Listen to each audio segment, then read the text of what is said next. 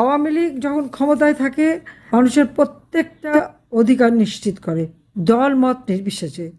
আজকে তাদের চেহারা সারা বিশ্বের কাছে এবং বাংলাদেশের জনগণের কাছে উন্মোচিত হয়েছে। একটা অমানিসার অন্ধকার ঢেকে দিয়েছে আমাদের দেশকে। কালো ঝড় মানুষের জীবনটা তছনছ করে দিয়েছে।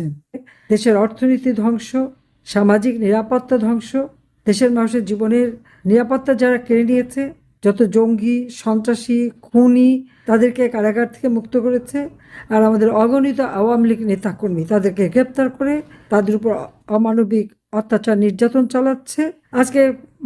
আজকে সারা দেশের কি অবস্থা, মায়ের কোল খালি হলো। এবার দীর্ঘ 2 বছর পর নীরবতা ভেঙে ভারতের দিল্লি থেকে জাতির উদ্দেশ্যে প্রকাশ্যে এসে দেশের ভয়াবহ পরিস্থিতি নিয়ে এবং শিশু রামিসার নির্মম হত্যাকাণ্ডের কথা স্মরণ করে অঝরে কেঁদে যা বললেন সাবেক প্রধানমন্ত্রী শেখ হাসিনা। 5 আগস্ট ছাত্র জনতার আন্দোলনের মুখে দেশ ছেড়ে ভারতের দিল্লিতে রাজনৈতিক আশ্রয় নেন শেখ হাসিনা। এরপর চরম বিপর্যয় নেমে আসে দেশে থাকা অসহায় নেতাকর্মীদের উপর। তখন সেই কঠিন ভয়াবহ পরিস্থিতির মধ্যে তাকে প্রকাশ্যে এসে সরাসরি ভিডিও বার্তায় কথা বলতে না দেখা গেলেও কিন্তু অডিও বার্তার মাধ্যমে দলীয় নেতাকর্মীদের নিয়মিত দিক নির্দেশনা দিয়ে আসছিলেন শেখ হাসিনা। কিন্তু এবার দীর্ঘ 2 বছর পর নীরবতা ভেঙে প্রকাশ্যে এসে দেশের ভয়াবহ পরিস্থিতি নিয়ে কথা বলতে গিয়ে আবেগ আপ্লুত হয়ে পড়েন শেখ হাসিনা।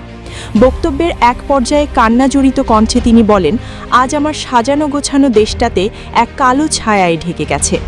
আজ বাংলাদেশের সাধারণ মানুষ এসব রাজাকারদের হাতে জিম্মি হয়ে আছে।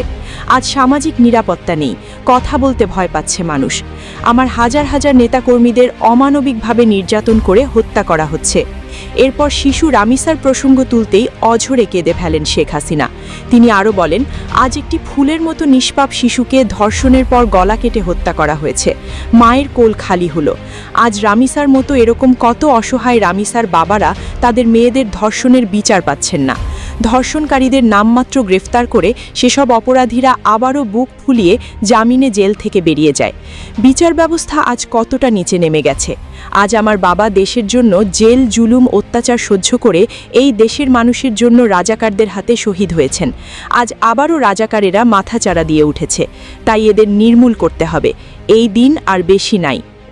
এই বাংলাদেশের মানুষের জন্য আমার বাবা সারাটা জীবন সংগ্রাম করেছেন, তাদের অন্ন বস্ত্র বাসস্থান চিকিৎসা শিক্ষা নিশ্চিত করবার জন্য, একটা সুন্দর জীবন দেওয়ার জন্য। তিনি চেয়েছিলেন যে বাংলাদেশের মানুষ আরও উন্নত জীবন পাবে, পেট ভরে খেতে পাবে, সুন্দরভাবে বাঁচতে পারবে।